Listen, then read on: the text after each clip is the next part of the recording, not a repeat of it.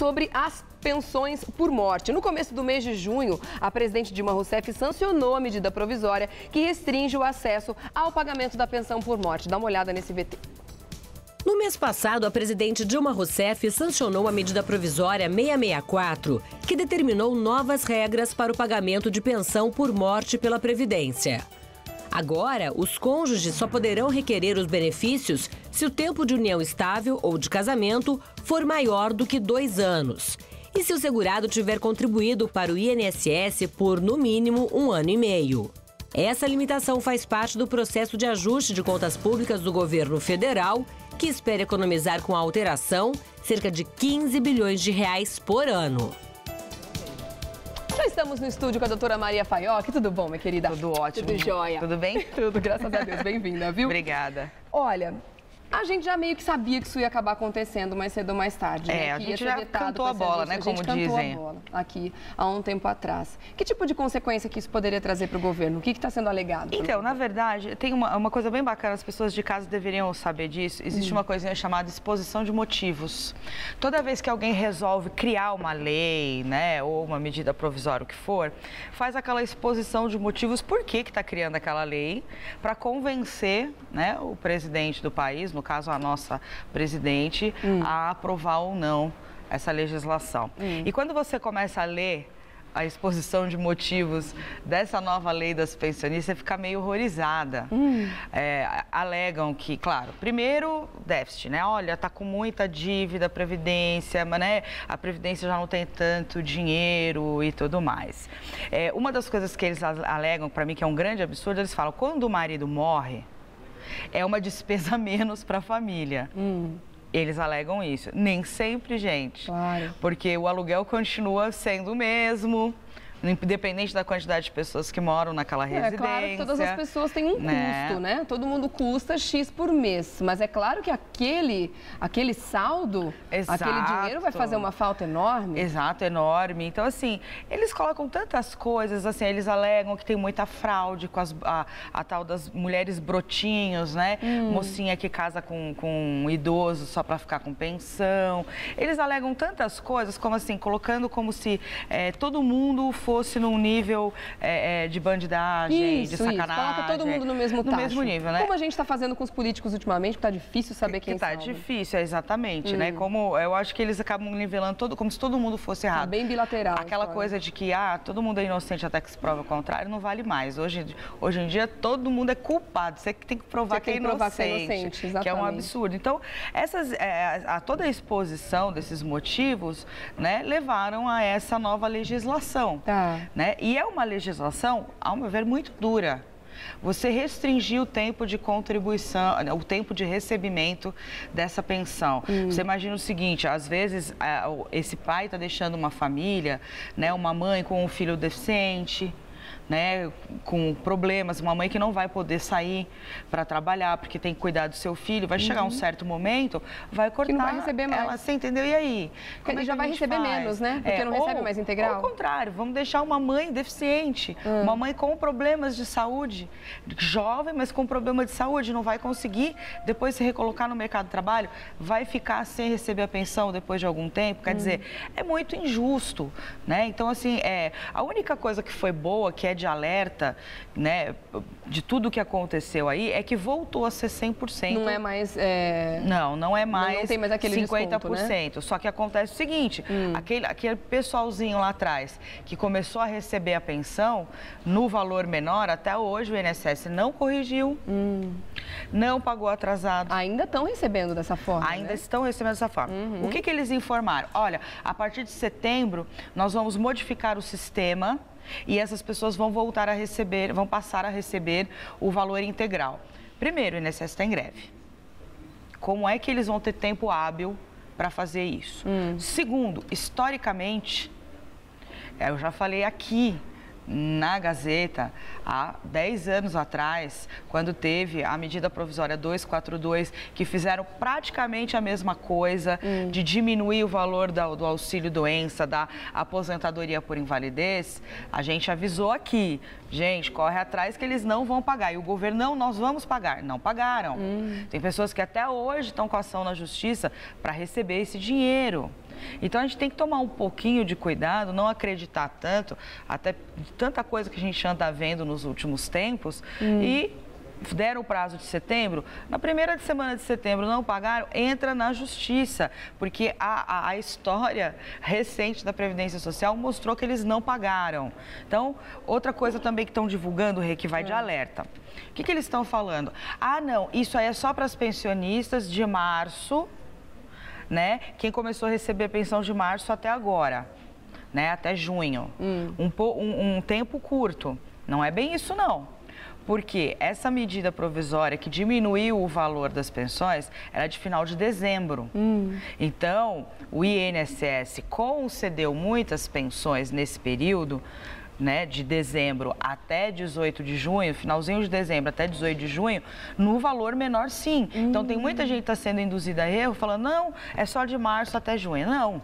A medida provisória já estava valendo no final de dezembro. Ah, você fez um alerta muito importante. Então, o INSS, mas não, o nosso sistema só estava preparado para, a partir de março, fazer dessa forma. Então, essas pessoas também têm que pedir revisão. Exato, ninguém mostra a documentação. Então, abrir o olho. Tá certo. Vamos então para as perguntas da população aqui para a doutora Maria Faiocchi em cima desse assunto? Vamos lá. Oi, meu nome é Gladys. É possível acumular o recebimento de aposentadoria e de pensão por morte?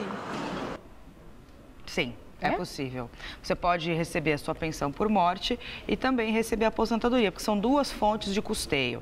A sua pensão, o seu marido, o seu companheiro, companheira, pagou para ter aquele benefício. E você está pagando para a sua aposentadoria. Então, no caso de falecimento, você pode ficar com as duas sem problema algum. Tá certo. Obrigada, Gladys, pela pergunta. Agora é a vez da Adriane. Oi, meu nome é Adriane. Eu gostaria de saber se quando o pai é o provedor da casa e ele vem a falecer, os filhos têm direito à pensão por morte? Até os 21 anos, né? A nossa lei prevê até os 21 anos, ou filhos maiores inválidos. Isso não teve nenhum tipo de alteração? Não. Nesse contexto. Continua. Tá bom, obrigada, Eles querem pegar no pé da mulherada. Pois é. A mulherada que é o problema. É o Jutai agora que vai fazer a pergunta, vamos ver? Olá, meu nome é Jutai. Quais os documentos necessários para dar entrada com pedido, por pensão por morte no INSS? Documentos básicos, todos os documentos pessoais de quem está requerendo. Então, por exemplo, é a mãe e os filhos. Então, RG, CPF, comprovante de residência, certidão de casamento, nascimento dos filhos e dessa esposa. Além desses documentos básicos de quem está pedindo, também do falecido. RG, CPF, certidão de casamento, né, no caso de esposa, e certidão de óbito. Isso daí é primordial. Só um adendo. Muita gente também reclamou por causa da greve do INSS, muitos óbitos não estão sendo informados na Previdência. Porque hoje, quando uma pessoa falece, você vai até o cartório, você dá entrada, né, na certidão de óbito daquela pessoa, automaticamente esse cartório informa num sistema da Previdência que corta o benefício. Isso não está acontecendo. Né? Porque, como a greve do INSS, então muita gente está ligando, olha, mas a pensão do falecido continua caindo na conta. Então, também é só para o pessoal de casa saber que não pode ficar sacando esse dinheiro, porque senão depois a Previdência vai querer tomar esse dinheiro. Vai querer pegar de volta e vai ser muito difícil devolver, né? Muito obrigada, Jutai, pela pergunta. Agora é a Cristina que vai falar. Oi, bom dia. Meu nome é Cristina. Eu gostaria de saber, no caso de casais que não moram junto, a viúva tem direito à pensão? Como é que fica essa comprovação do vínculo? Então, se, por exemplo, são casais que não moram juntos, né? Porém, é considerado casal. Exemplo, hoje em dia, no mundo moderno, tem gente que não suporta morar na mesma casa. Tem mas é casado, divide as contas, tem conta conjunta, tem filhos. Eu conheço gente assim. Mas como faz para levantar esse material? Como é que faz para comprovar? Aí que eu tô falando, é extremamente difícil. Então, como a nossa legislação, como a verificação da Previdência é difícil, o recomendável é o quê? Manter documentação dessa união. Conta corrente conjunta, plano de saúde mostrando que é dependente, né? Declaração do imposto de renda também vale como comprovação de dependência. Tentar manter correspondências no mesmo endereço. Comprovação de viagem, de repente, de situações em que você dividiu com a pessoa. Então, tem que ter isso para poder comprovar. Mas isso é uma coisa que, por exemplo, modificar a legislação, deveriam ficar atentos também a essa nova realidade. Porque eu conheço casais casais que moram no mesmo prédio, mas moram em apartamentos separados, casais, marido e mulher, só que não conseguem morar junto, por N motivos, que não cabe a gente aqui que muito menos questionar e discutir. Exatamente. Só que aí para a Previdência, não mora na mesma casa, então não é casado. E, por exemplo, pessoas, um homem, às vezes, ou uma mulher, que mora em outra cidade por causa de trabalho, só se vê final de semana. Isso é muito comum. Isso é muito comum. Né? Então não vai ter direito? Óbvio que tem que ter. Mas ficou mais difícil agora para essas pessoas comprovarem o que já era difícil antes? Ficou por quê? Porque essa nova legislação, ela veio a mostrar o quê? Que eles vão investigar tudo.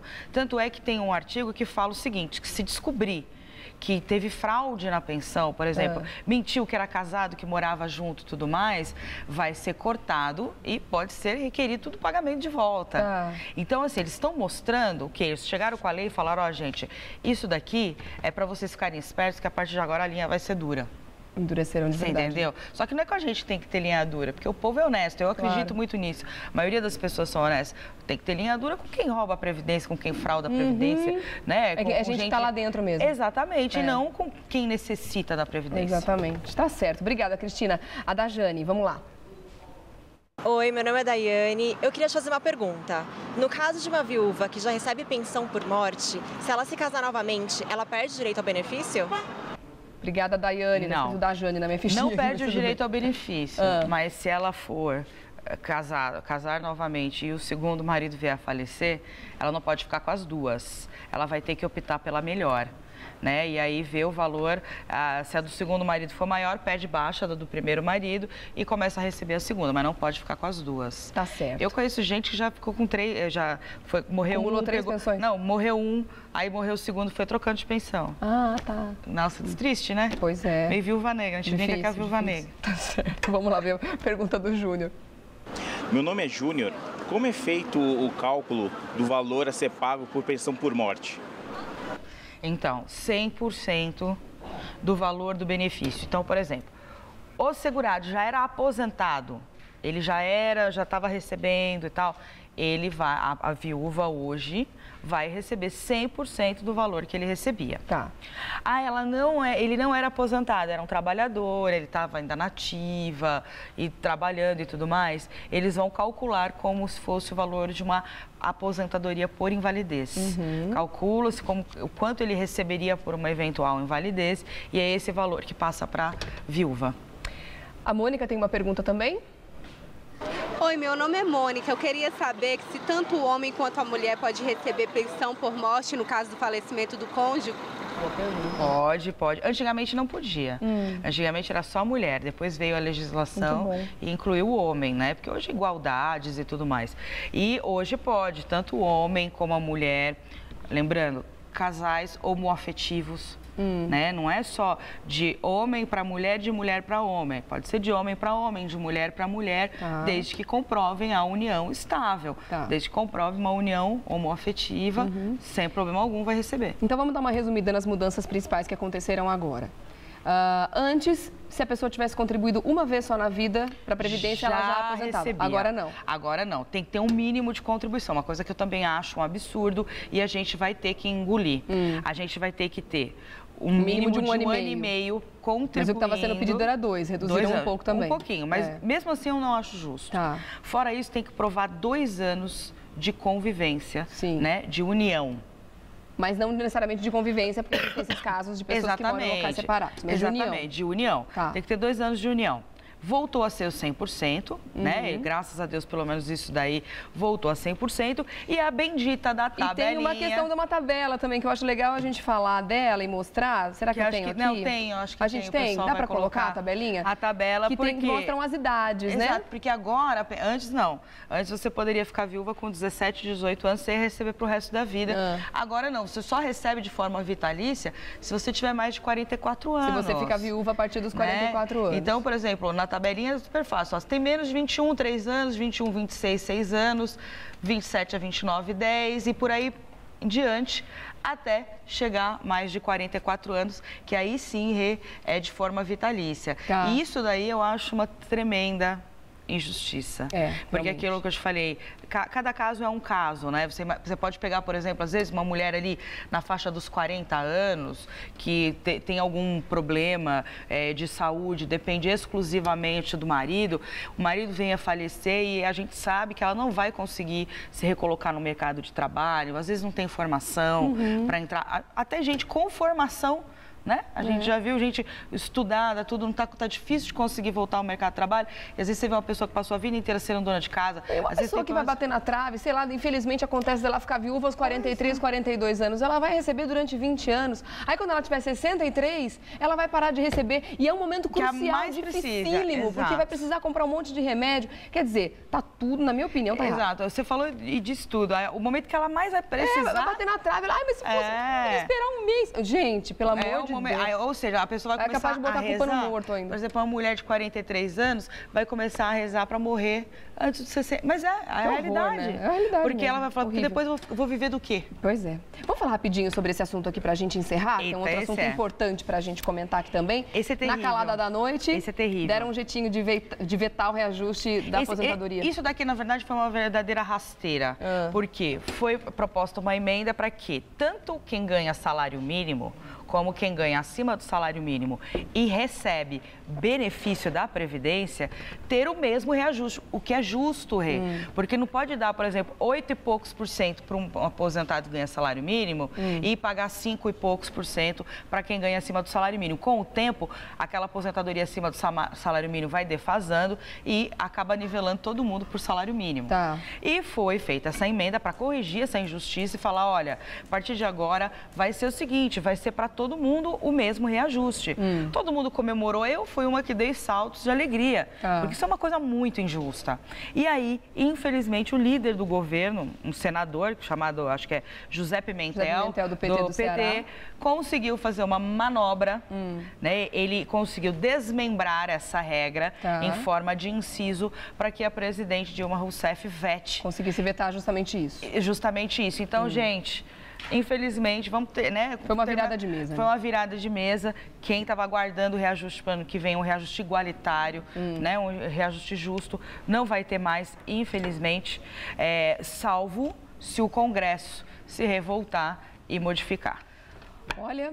Já não bastasse a crise que a gente está vivendo, né? Os preços subindo, tudo acontecendo, não vem boa notícia de lado nenhum. Ainda mais agora, né? Com uma inflação disparada. Que isso? E aí, agora que teria que ter um reajuste com base em inflação e tudo mais, não. Eu vou falar, tá difícil, viu? É a gente pagando a conta sempre, É a gente pagando a conta. Sem falar nas greves, né? Lembrando, pessoal, calma, INSS em greve e Justiça Federal também está em greve. Então, muita gente precisando aí de benefício, de aposentadoria, esperando revisão, vai ter que ter calma, vai ter que esperar. Porque tá tudo em greve. Paciência, né, gente? É o que nos resta.